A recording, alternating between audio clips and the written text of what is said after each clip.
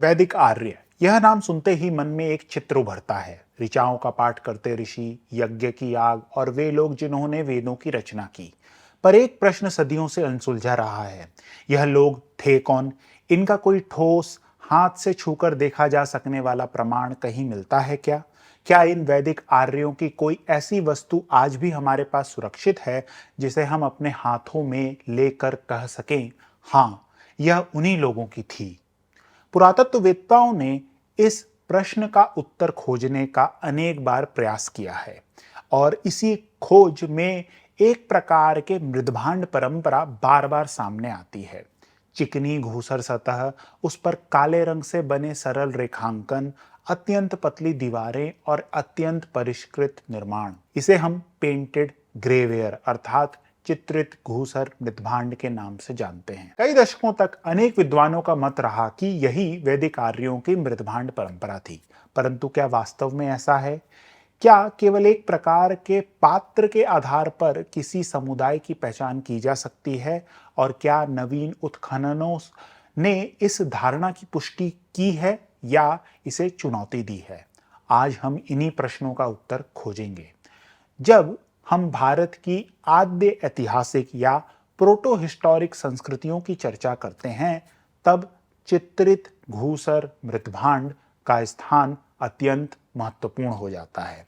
आद्य ऐतिहासिक काल यानी प्रोटो हिस्टोरिक पीरियड वह समय है जो पूर्णतः प्राग ऐतिहासिक काल यानी प्री हिस्ट्री और ऐतिहासिक काल यानी हिस्ट्री के मध्य में स्थित है।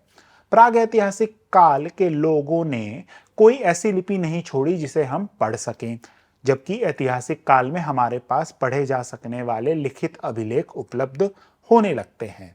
इन दोनों के बीच का यह काल मुख्यतः भौतिक अवशेषों के आधार पर जाना जाता है। इन अवशेषों में सबसे अधिक विश्वसनीय मृदभांड होते हैं। इसका कारण भी सरल है। लकड़ी नष्ट हो जाती है, वस्त्र सड़ जाते हैं, धातु भी अनेक बार गल जाती है, किंतु मिट्टी के पात्र चाहे टूट ही क्यों ना जाएं, उनके खंड सहस्रों वर्षों तक भूमि में सुरक्षित रह सकते हैं और प्रत्येक संस्कृति अपनी विशिष्ट मृदभांड परंपरा यानी सेरामिक ट्रेडिशन विकसित करती है। इसलिए किसी स्थल से प्राप्त मृदभांड उस संस्कृति की पहचान का अत्यंत महत्वपूर्ण आधार बन जाते हैं। चित्रित घूसर मृदभांड भी ऐसी ही एक विशिष्ट परंपरा का प्रतिनिधित्व करता है।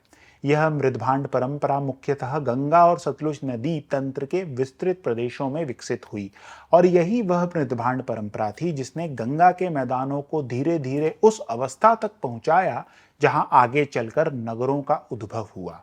दूसरे शब्दों में कहें तो यह मृदभांड परंपरा गंगा घाटी को नगरीकरण की दहलीज तक ले आई। अब प्रश्न उठता है कि इस मृदभांड को वैदिक आर्यों से जोड़ने का विचार आया कहां से? इस कथा का प्रमुख पात्र हैं भारतीय पुरातत्व के महान विद्वान ब्रजबसी लाल, जिन्हें हम सामान्यतः बीबी लाल के नाम से जानते हैं।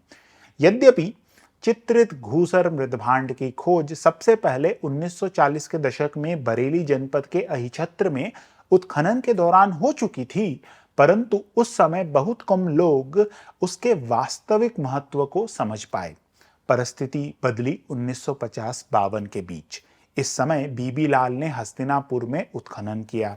उत्खनन के विभिन्न परतों में उन्होंने बड़ी मात्रा में यही चित्रित घूसर मृदभांड प्राप्त किए। इन प्राप्तियों के आधार पर उन्होंने एक अत्यंत साहसिक निष्कर्ष प्रस्तुत किया। उनके अनुसार चित्रित घूसर मृदभांड संस्कृति का संबंध उत्तर वैदिक आर्यों से था और संभव है कि उसका संबंध ऋग्वैदिक आर्यों तक भी पहुंचता हो। अर्थात उनका तात्पर्य यह था कि जिन लोगों ने इन घूसर पात्रों का निर्माण किया और उनका उपयोग किया, वही लोग वैदिक साहित्य की रचना करने वाले समुदाय थे। यह अपने समय का अत्यंत प्रभावशाली मत था। ऋग्वैदिक आर्य वैदिक परंपरा के प्रारंभिक चरण का प्रतिनिधित्व करते हैं, जिनका संबंध ऋग्वेद से है। इसके पश्चात ब्राह्मण, आरण्यक और उपनिषदों की रचना जिस युग में हुई, उसे सामान्यतः उत्तर वैदिक काल कहा जाता है। बीबी लाल का मत था कि चित्रित घूसर मृदभांड का उपयोग करने वाले लोग सतलज और घग्गर के प्रदेश में बसे और उसके बाद वे गंगा यमुना के ऊपरी दोआब में फैल गए। इसलिए उन्होंने इस मृदभांड को प्रारंभिक आर्यों की विशिष्ट पहचान के रूप में देखा। परंतु बीबी लाल यहीं नहीं रुके। उन्होंने एक और अत्यंत महत्वपूर्ण तर्क प्रस्तुत किया। उनका मत था कि यही लोग भारत में लौह धातु के प्रथम व्यापक उपयोगकर्ता थे। लौह उपकरणों के कारण वे घने वनों को काट सके, नई भूमि को कृषि योग्य बना सके और गंगा यमुना के मैदान में स्थायी ग्रामों की स्थापना कर सके। यदि यह मत सही माना जाए तो चित्रित घूसर मृदभांड केवल एक प्रकार की मृदभांड परंपरा नहीं रह जाती, वह उत्तर भारत के लौह युग के आरंभ का भी प्रतीक बन जाती है। यह एक अत्यंत आकर्षक और व्यवस्थित व्याख्या थी। एक ही मृदभांड परंपरा, उसी से वैदिक आर्य और उसी से लौह धातु और उसी से गंगा घाटी के विस्तार की कथा। किंतु पुरातत्व का स्वभाव ही ऐसा है कि प्रत्येक नया उत्खनन पुराने निष्कर्षों की परीक्षा करता है और कुछ समय बाद भूमि से प्राप्त नए साक्ष्यों ने इस सुगठित कथा में अनेक नए प्रश्न खड़े कर दिए। लेकिन उससे पहले आइए स्वयं इस चित्रित घूसर मृदभांड को थोड़ा निकट से देखें। यदि कोई पुरातत्ववेत्ता या कोई कुशल कुम्हार इन पात्रों को अपने हाथ में ले तो सबसे पहले उसकी दृष्टि किस बात पर जाएगी? सबसे पहले उसके निर्माण पर। चित्रित घूसर मृदभांड अत्यंत परीक्षित और उत्कृष्ट गुणवत्ता का होता है। इसकी सतह चिकनी होती है, रंग लगभग एक समान दिखाई देता है और इसकी भित्ति, जिसे अंग्रेजी में फैब्रिक कहते हैं, अर्थात पात्र की मिट्टी की परत अत्यंत पतली होती है। किसी भी पात्र की पतली भित्ति या फैब्रिक इस बात का संकेत देता है कि उसे बनाने वाला कुम्हार अपने शिल्प में अत्यंत दक्ष था। इन पात्रों का रंग हल्का घूसर या सिल्वरी ग्रे से लेकर गहरे घूसर तक का होता है। इन्हें अत्यंत अच्छी प्रकार से तैयार की गई मिट्टी से बनाया जाता है। इनके ऊपर काले रंग से सरल ज्योमेट्रिक डिजाइन्स बनाए गए हैं। इनमें समानांतर रेखाएं, वृत्त, बिंदु, सर्पिल आकृतियां और कहीं-कहीं स्वास्तिक का चिन्ह भी अंकित मिलता है। अब एक प्रश्न उठता है, इन पात्रों का रंग घूसर यानी ग्रे क्यों है? इसका उत्तर उनके निर्माण की प्रक्रिया में छिपा है। इन पात्रों का रंग और उनकी सतह लगभग एक समान दिखाई देती है। यह कोई संयोग नहीं, इसका अर्थ है कि इन्हें पकाने के समय भट्टी के भीतर तापमान पर अत्यंत सूक्ष्म नियंत्रण रखा गया था। सोचकर देखिए, आज भी यदि मिट्टी के पात्र को समान ताप पर पकाना हो तो उसके लिए पर्याप्त अनुभव और कौशल चाहिए। लगभग 3000 वर्ष पहले बिना किसी आधुनिक उपकरण के इस प्रकार एक समान ताप बनाए रखना और भी कठिन रहा होगा। इसलिए चित्रित घूसर मृदभांड हमें केवल एक पात्र नहीं बल्कि उस युग की विकसित शिल्प परंपरा का भी परिचय देते हैं। विद्वानों का मत है कि इन पात्रों के घूसर रंग का एक कारण मिट्टी में उपस्थित ब्लैक फेरस ऑक्साइड भी रहा होगा, जो विशेष प्रकार की भट्टी में पकने के बाद यह विशिष्ट रंग उत्पन्न करता है। अब एक और रोचक प्रश्न, क्या उस समय प्रत्येक व्यक्ति ऐसे ही पात्रों का उपयोग करता था? उत्तर है संभवतः नहीं। चित्रित घूसर मृदभांड किसी सामान्य घरेलू पात्र की अपेक्षा एक प्रकार का भोजन परोसने का उत्कृष्ट पात्र, जिसे अंग्रेजी में डिलक्स टेबलवेयर कहते हैं, प्रतीत होता है। इसका सबसे बड़ा प्रमाण इसकी संख्या है। किसी भी उत्खनन स्थल पर प्राप्त संपूर्ण मृदभांडों में इसका भाग सामान्यतः केवल 3 से 10% के बीच होता है। अर्थात यदि किसी पुरास्थल से 1000 पात्रों के खंड प्राप्त हों तो उनमें से केवल 30 से 100 के बीच ही चित्रित घूसर मृदभांड होंगे। यदि यही लोगों के दैनिक उपयोग का मुख्य पात्र होता तो इसकी संख्या कहीं अधिक होती। इसलिए अधिकांश विद्वानों का मत है कि इन पात्रों का उपयोग संभवतः समाज के संपन्न वर्ग द्वारा अथवा विशेष अवसरों पर किया जाता था। इस मृदभांड के साथ अन्य प्रकार के मृदभांड भी हमें प्राप्त होते हैं, जैसे plain grey ware, black and red ware और ब्लैक स्लिप्ड वेयर। यही पात्र संभवतः दैनिक जीवन में पकाने, संग्रह करने और अन्य सामान्य कार्यों के लिए प्रयुक्त होते थे। चित्रित घूसर मृदभांड इस संपूर्ण समूह का सबसे परिष्कृत और आकर्षक भाग था। अब प्रश्न उठता है, यह मृदभांड परंपरा केवल किसी एक छोटे प्रदेश तक सीमित थी या इसका विस्तार बहुत दूर तक था? पुरातात्विक साक्ष्य बताते हैं कि इसका प्रसार अत्यंत व्यापक था। उत्तर में यह हिमालय की तराई तक पहुंचा था और दक्षिण में इसका विस्तार मालवा के पठार तक दिखाई देता है।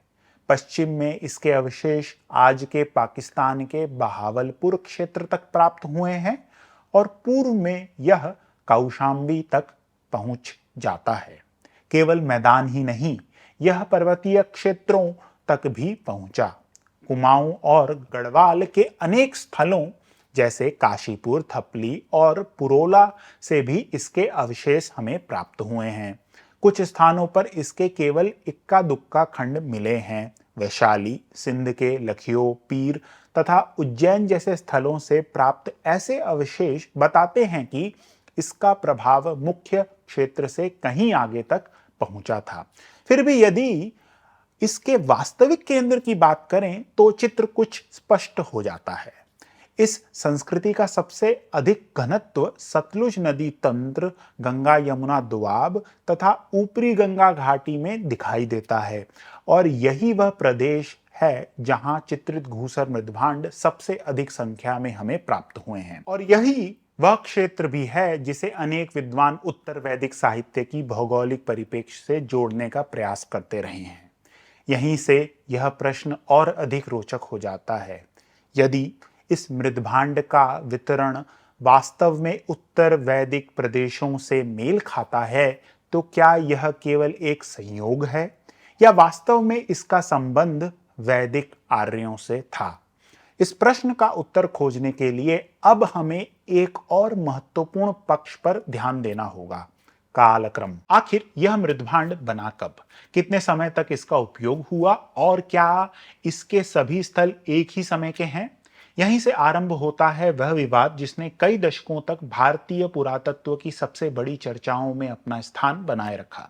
बीबी लाल ने हस्तिनापुर के उत्खनन के आधार पर इसका काल लगभग 1100 ईसा पूर्व से 800 ईसा पूर्व माना। बाद के कुछ विद्वानों ने इसे 800 से 500 ईसा पूर्व के बीच रखा, जबकि कुछ ने इसका समय 700 से 450 ईसा पूर्व तक माना। कार्बन डेटिंग के आधार पर भी विभिन्न स्थलों से अलग अलग तिथियां प्राप्त हुई हैं, जिनसे इसका कालक्रम लगभग 800 से 300 ईसा पूर्व तक भी प्रस्तावित किया गया है। इन विभिन्न मतों के बावजूद एक तथ्य लगभग सभी स्वीकार करते हैं, सतलज नदी के आसपास के पुरातात्विक स्थलों से प्राप्त चित्रित घूसर मृदभांड सामान्यतः गंगा घाटी के पुरातात्विक स्थलों से प्राचीन प्रतीत होते हैं। इससे यह संकेत मिलता है कि यह मृदभांड परंपरा धीरे धीरे पश्चिम से पूर्व की ओर फैली। लेकिन यहीं से एक और बड़ा प्रश्न सामने आता है, क्या यही वे लोग थे जिन्होंने भारत में लौह धातु का प्रयोग आरंभ किया? कई वर्षों तक इसका उत्तर हाँ माना जाता रहा, किंतु बाद के उत्खननों ने इस धारणा को चुनौती देना आरंभ कर दिया। अनेक पुरातात्विक स्थलों पर चित्रित घूसर मृदभांड उन परतों से मिला है जहां लौह के अवशेष या तो अनुपस्थित थे अथवा उनसे ऊपर की परतों में प्राप्त हुए। अर्थात कई स्थानों में यह मृदभांड पहले दिखाई देता है और लौह धातु बाद में। यह एक अत्यंत महत्वपूर्ण तथ्य था और इसके कारण यह कहना कठिन हो जाता है कि चित्रित घूसर मृदभांड संस्कृति ही भारत में लौह धातु लेकर आई थी। अधिक संभावना यही प्रतीत होती है कि इस संस्कृति के लोगों ने भी लौह का प्रयोग धीरे धीरे अपनाया। दूसरे शब्दों में चित्रित घूसर मृदभांड और लौह धातु का संबंध अवश्य है, किंतु दोनों का आरंभ एक साथ हुआ ऐसा आवश्यक नहीं। किंतु इसका अर्थ यह भी नहीं कि चित्रित घूसर मृदभांड का महत्व कम हो जाता है। पिछले कुछ दशकों के अनुसंधान इस प्रश्न का एक अत्यंत रोचक उत्तर प्रस्तुत करते हैं। विद्वानों ने ध्यान दिया कि चित्रित घूसर मृदभांड और उसके बाद प्रचलित नॉर्दर्न ब्लैक पॉलिश्ड वेयर या NBPW के बीच अनेक आश्चर्यजनक समानताएं हैं। पहली समानता इनके निर्माण में दिखाई देती है। दोनों प्रकार के पात्र मुख्यतः चाक पर निर्मित हैं, अर्थात इन्हें हाथ से नहीं बल्कि तीव्र गति से घूमने वाले चाक पर बड़ी कुशलता से बनाया गया था। यही कारण है कि इनका आकार अत्यंत संतुलित और सममित दिखाई देता है। दूसरी समानता इनके आकारों में है। चाहे थालियां हो या कटोरियां, दोनों मृदभांड परंपरा में अनेक रूप एक दूसरे से अत्यंत मिलते जुलते हैं। केवल आकार ही नहीं, उन्हें पकाने की तकनीक में भी गहरी समानता हमें देखने को मिलती है। इसी आधार पर अनेक विद्वानों ने यह मत प्रस्तुत किया है कि चित्रित घूसर मृदभांड या पेंटेड ग्रे वेयर वास्तव में नॉर्दर्न ब्लैक पॉलिश्ड वेयर का पूर्वगामी या प्रीकर्सर था। अर्थात समय के साथ वही कुम्हार, वही शिल्प परंपरा और संभवतः वही समाज अपने शिल्प को और अधिक परिष्कृत करता गया और परिणाम स्वरूप आगे चलकर नॉर्दर्न ब्लैक पॉलिश्ड वेयर का विकास हुआ।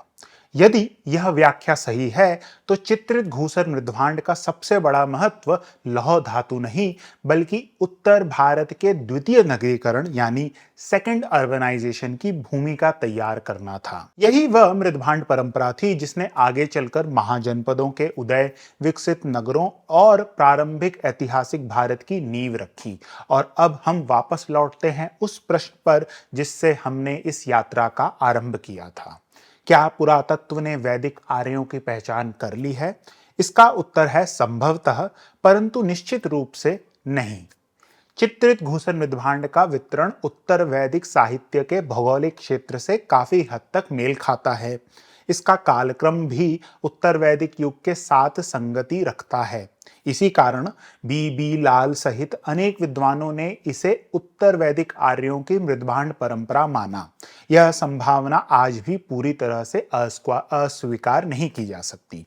किंतु समस्या यह है कि पुरातत्व किसी समुदाय की भाषा, उसकी जातीय पहचान जिसे एथनिसिटी कहते हैं, या उसके धार्मिक ग्रंथों को सीधे सीधे पहचान नहीं सकता।